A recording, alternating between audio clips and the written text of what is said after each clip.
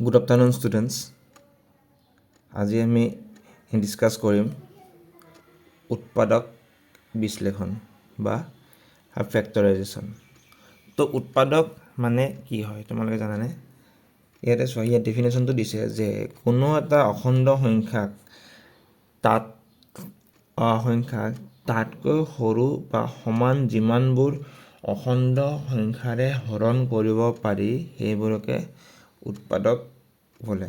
মানে চোৱা, মই তোমাক চিম্পলি কৈ দিছোঁ যে ছাপ'জ 6 এটা অখণ্ড সংখ্যা।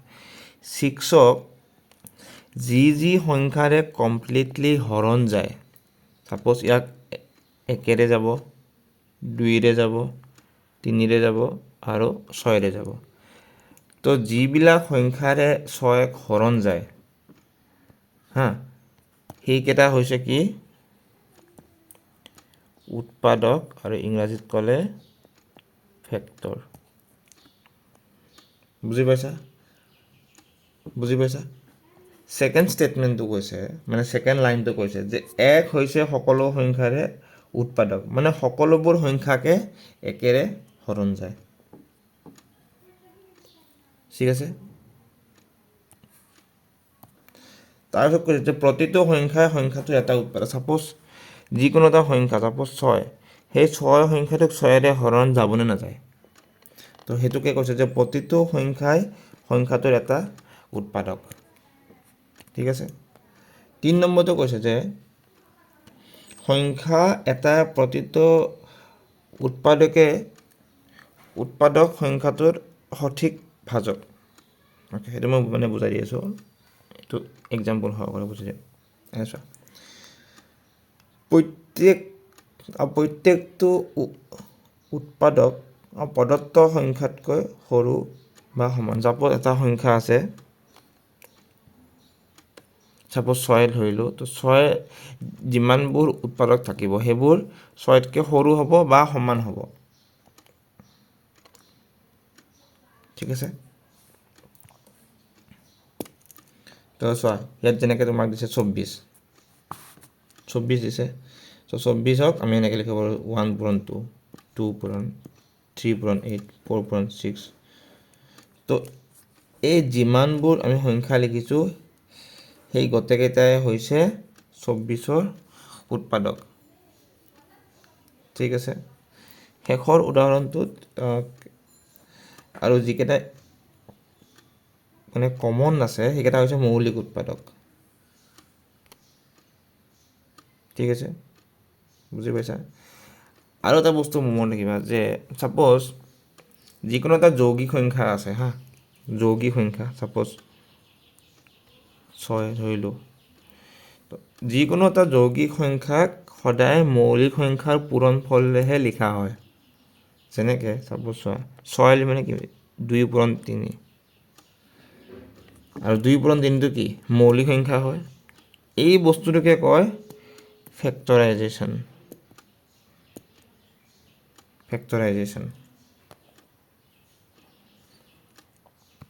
বুজি পাইছা? সকলোৱে বুজি পাইছা? চোৱা, বীজগণিত ৰাশিৰ ক্ষেত্ৰতো একে। বীজগণিত ৰাশিৰ ক্ষেত্ৰত মৌলিক উৎপাদক বিশ্লেষণ কৰা বুলিলে ভুল কৰা হ'ব। কাৰণ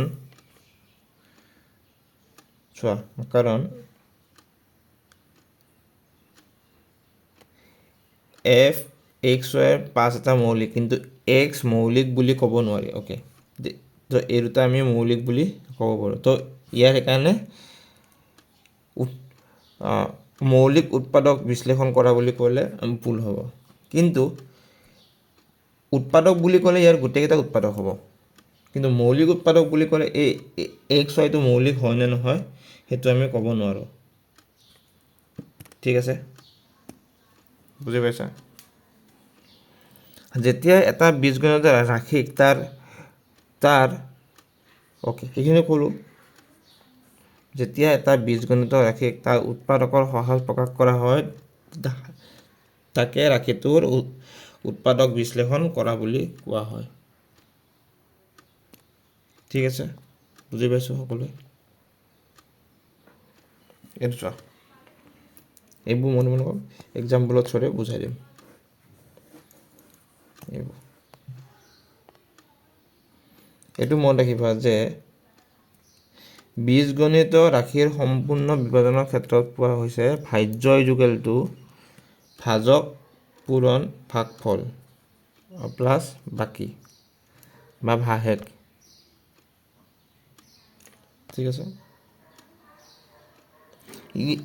ইয়াত কি কৈছে চোৱা সাধাৰণ উৎপাদক ওলোৱা মানে সাধাৰণ উৎপাদক দুইটাৰ সাধাৰণ উৎপাদক কি হ'ব আমাক মানে ওলাব দিছে সাপোজ চোৱা মই এই প্ৰথমটো কৈ দিছোঁ যে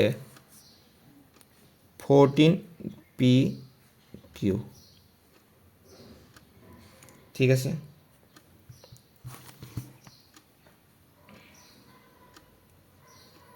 তো 14pq মানে আমি কি লিখিব পাৰোঁ আমি লিখিব পাৰোঁ কি 2 into 7 and p into q ঠিক আছে and 28pq এতিয়া 28 মানে কিমান 2 পূৰণ 2 4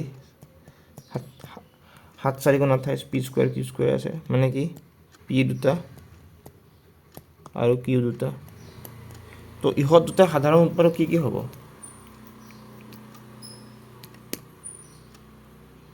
2 এটা আহিল 7 এটা আহিল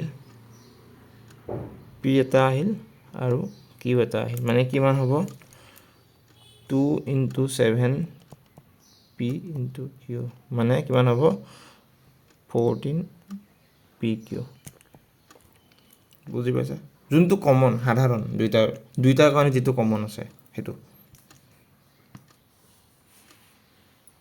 ঠিক আছে বুজি পাইছা তোমালোকে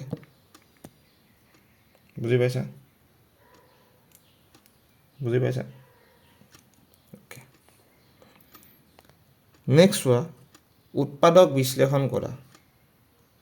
উৎপাদক বিশ্লেষণ কৰিব দিছে তো সাপোজ এটো 4 কিমান আছে 4a square plus 8a cube দিয়া আছে ঠিক আছে যদি আমি ইয়াৰ পৰা কি কমন লব পাৰো চোৱা 4 এটা কমন লব পাৰো আৰু a স্কয়াৰ এটা কমন লব পাৰো হেন তো ইয়াত থাকিব কিমান a1 প্লাস a তো এটো যদি আকৌ ভাঙো দুই দুটা মানে কিমান হ'ব 2 স্কয়াৰ 1 স্কয়াৰ 1 প্লাস a তো ইয়াৰ যদি আমি উৎপাদক বুলি কও তো এই কি হ'ব 4 এটা হ'ব a স্কয়াৰ 1 প্লাস a এটা হ'ব তাৰপিছত এই দুটা এটা হ'ব 4a স্কয়াৰ ইটো এটা হ'ব তেনেকে তাৰপিছত এই দুটা এইটো তাৰপিছত 4 1 প্লাস a আৰু 1 সংখ্যা তো মানে এনেকে আমি ভাঙি কেনে লিখিব পাৰো উৎপাদক বিশ্লেষণ ঠিক আছে বুজি পাইছা এটো আৰু এটো একে সিমিলাৰ ইয়াৰ পৰা তুমি x কমন লবা ইয়াৰ পৰা 6 কমন লবা সো ইয়াৰ পৰা x কমন ললে কি থাকিলে x plus y and যদি তারপর যদি আমি 6 কমন লও কি থাকিব x plus y থাকিব তো কিমান হল 6x plus y আৰু x plus y এই দুটা হৈছে ইয়াৰ উৎপাদক ঠিক আছে বুজি পাইছা ওকে এতিয়া চোৱা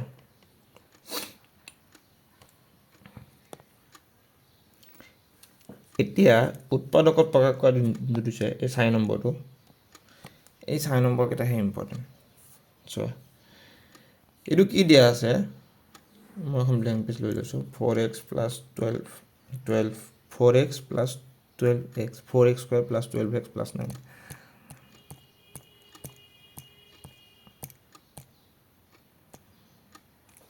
কিমান দিছে যে 4x square plus 12x equal to 9 9 আছে না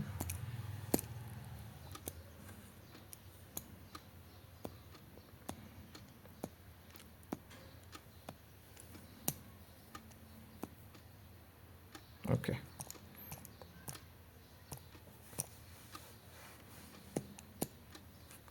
তো এতিয়া চাবা কি হ'ব। যেতিয়া এটা এনেকৈ দ্বিঘাত সমীকৰণ থাকে, এইটোক আমি কি বুলি ক'ম? দ্বিঘাত সমীকৰণ। দ্বিঘাত সমীকৰণ হ'ল মানে এইটো আমাৰ এইটো ফৰ্মত আছে ax square plus bx equal to c। এতিয়া যদি একটা ইকুৱেশ্যন দ্বিঘাত সমীকৰণ হয়, আমি তাক কেনেকৈ ফেক্টৰাইজেশ্যন কৰিম জানানে? চোৱা, 4x লিখিম, 4x লিখিম। এতিয়া কথাটো হ'ল যে প্ৰথমতে আমি চাব লাগিব যে এই দুটা পূৰণ কৰিব লাগিব। মানে ইয়াৰ যোনটো কনষ্টেণ্ট টাৰ্ম আৰু ইয়াৰ কনষ্টেণ্ট টাৰ্ম কিমান আছে? 9 × 4 কিমান হ'ব? 9 × 4 = 34। এতিয়া আমি 34ক এনেকৈ ব্ৰেক কৰিব লাগিব চ' ডেট আমি প্লাছ কৰিলে এই মিডিল টাৰ্মটো পাওঁ। যদি আমি 34 ফেক্টৰাইজেশ্যন কৰোঁ 2ৰে 18, 2ৰে 9 বাৰ 9, 10, 11, 12, 13 হ'ল। তাৰপিছত 3 তো ওলাই গ'ল। কেনেকৈ ওলাই কোৱাচোন?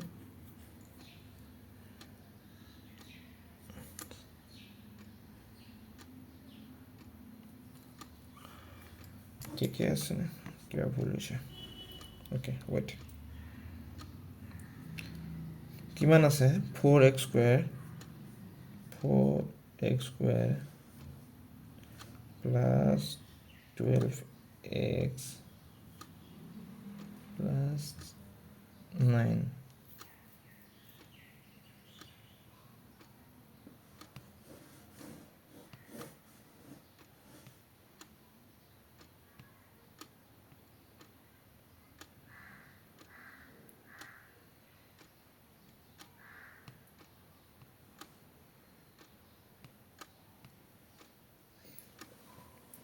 তো ডাইৰেক্টলি তেনেকৈ নকৰি কেনে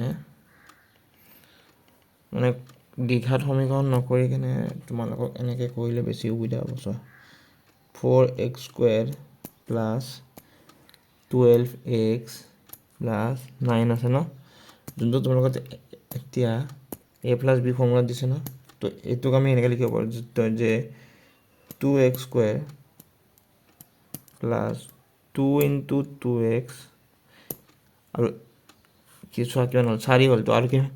তো আৰু কিমান লাগিব? 3 লাগিব 12 হ'বলৈ।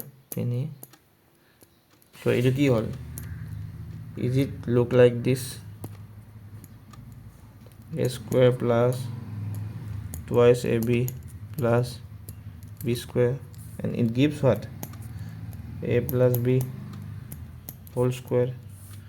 তো তেতিয়াহ'লে এইটো কি লিখিব পাৰোঁ আমি যে 2x প্লাছ 3 হোল স্কুৱেৰ। তো ইয়াৰ ফেক্টৰাইজেশ্যন হ'ব এইটো। ঠিক আছে, দ্বিঘাত সমীকৰণৰ থ্ৰুৰে কৰিব নালাগে, এনেকৈ just normal a plus b ফৰ্মুলাত ভাঙি দিলে ওলাই যাব। ঠিক আছে, বুজি পাইছা? এইটোৱে একে হ'ব। তোমালোকে এইকেইটা ট্ৰাই কৰি কেনে মোক কমেণ্ট ছেকশ্যনত এনচাৰকেইটা জনাই দিবা, আৰু যদি কোনোবা এটা ডাউট থাকে মোক কমেণ্ট ছেকশ্যনত কৈ দিবা। ঠিক আছে, এতিয়া চোৱা, এইটো সুধিছে যে তলৰ বহুপদ ৰাশিক একপদ ৰাশিৰে হৰণ কৰা। মানে কি? বহুপদ ৰাশিৰে একপদ ৰাশিক হৰণ কৰিব। ছাপ'জ এইটো দিছে কিমান? ছাপ'জ চোৱা, ইয়াতে লিখি লৈছোঁ যে 3 4 y to the power 6 plus y to the power 4 5y to the power 4। যদি আমি ইয়াক হৰণ কৰোঁ, কিহেৰে হৰণ কৰোঁ? y4ৰে। ছাপ'জ y4ৰে হৰণ কৰিলোঁ,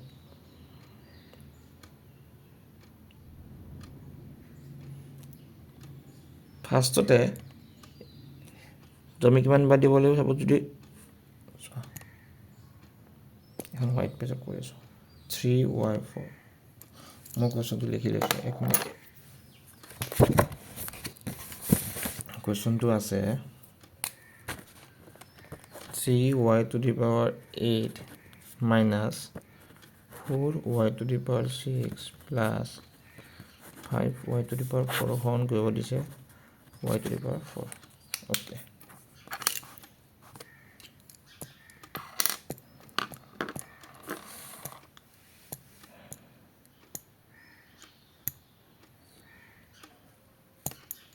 চাবা কি দিছে যে 3y to the power 8 minus 4y to the power 6 plus 5y to the power 4 তো ডিভাইড কৰিব লাগিব কিহেৰে আমি y to the power 4 এৰে তো ফাৰ্ষ্টতে আমি কি কৰিম ইয়াক যদি সাপোজ দুবাৰ দিও তো কিমান হ'ব 3y to the power 8 হ'ব ঠিক আছে এই দুটা পূৰণ কৰিলে এইটো আহিলে তাৰপিছত এইটো কি হ'ব 3y to the power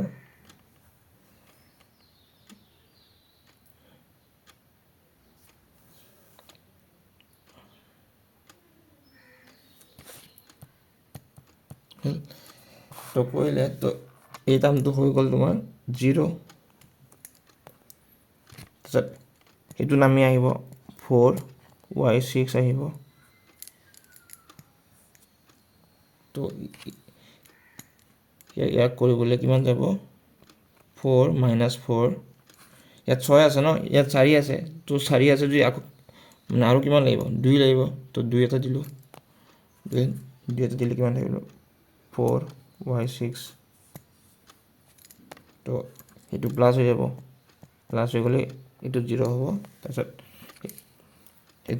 এইটো নামিলে কিমান 5y to the power 4 নামিলে so y to the power 4 আছে তাস অনলি কিমান দিম 5 দিম তো কিমান হ'ব 5y to the power 4 that is equal to 0 তো মানে যেতিয়া আমি এই সংখ্যাটোক y to the power 4 এৰে হৰণ কৰোঁ তাৰ ৰিজাল্টটো পাওঁ এইটো ঠিক আছে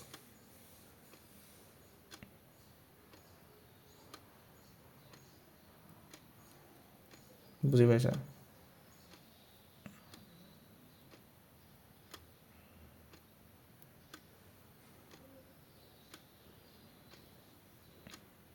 এইটো দুবাৰ নহ'ব এইটো 4 আছে ন তো আকৌ 4 দিব লাগিব not 4 ঠিক আছে বুজি পাইছা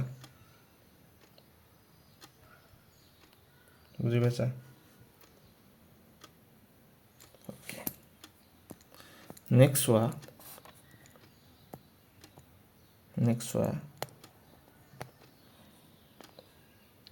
একে এইটো চোৱা এইটো কি দিছে এইটো দিছে যে তোমালোকক যে 10x minus 25 হক হৰণ কৰিব দিছে কিহেৰে 2x minus 5 হেৰে এতিয়া 10x ইয়াতে কিমান দিব লাগিব সাপোজ 5 দিও তো 5 দুগুণ 10x minus 25 তো কিমান হ'ব आंसर ইয়াৰ 5 ঠিক আছে বুজি পাইছা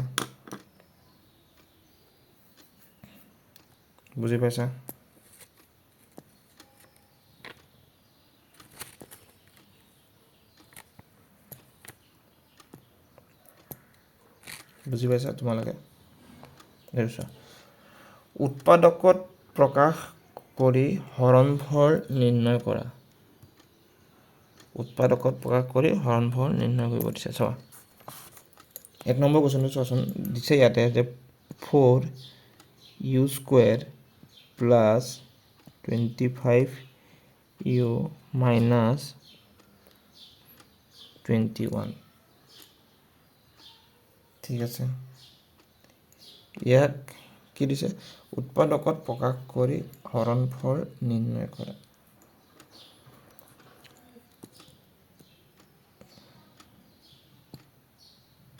এতিয়া ইয়াক প্ৰথমতে যদি আমি ভাঙিব লাগে তেতিয়াহ'লে তো দ্বিঘাত সমীকৰণ কৰিব লাগিব নহ'লে আৰু এটা নিয়ম আছে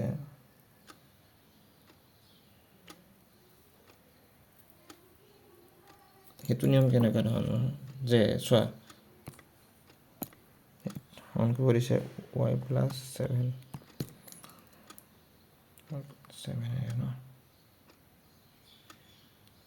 ডাইৰেক্টলি কৰিব পাৰি let's see y plus 7 divided by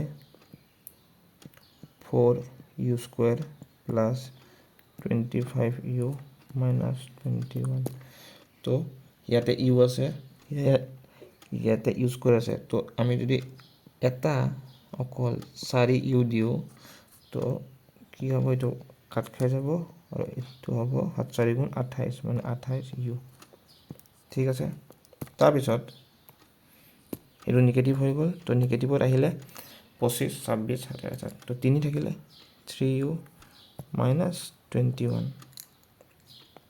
এনেকৈ তুমি ডাইৰেক্ট কৰিব পাৰা তো ইয়াত চোৱা ইয়াত মাইনাছ 3 যদি দিওঁ কাৰণ অকল ইউ আছে তো এই মানে কি জানে যে এই দুটা পূৰণ কৰি এইটো সমান হ'ব লাগিব চ' ডেট এই ডাঙৰটোৰ পৰা সেইটো যদি বিয়োগ কৰোঁ ইয়াত 0 হয় ফাৰ্ষ্ট টাৰ্মটো এণ্ড ছেকেণ্ড টাৰ্মটোত যি থাকিব তেতিয়া বুজি পাইছা মানে এইটো এই ইউটো আৰু এই টাৰ্মটো ছাপ'জ পূৰণ কৰিলোঁ পূৰণ কৰি আমি যিটো ফল পালোঁ সেই ফলটো এইটোৰ পৰা বিয়োগ কৰে যাতে 0 হয় আমি তেনেকৈ বনাব লাগিব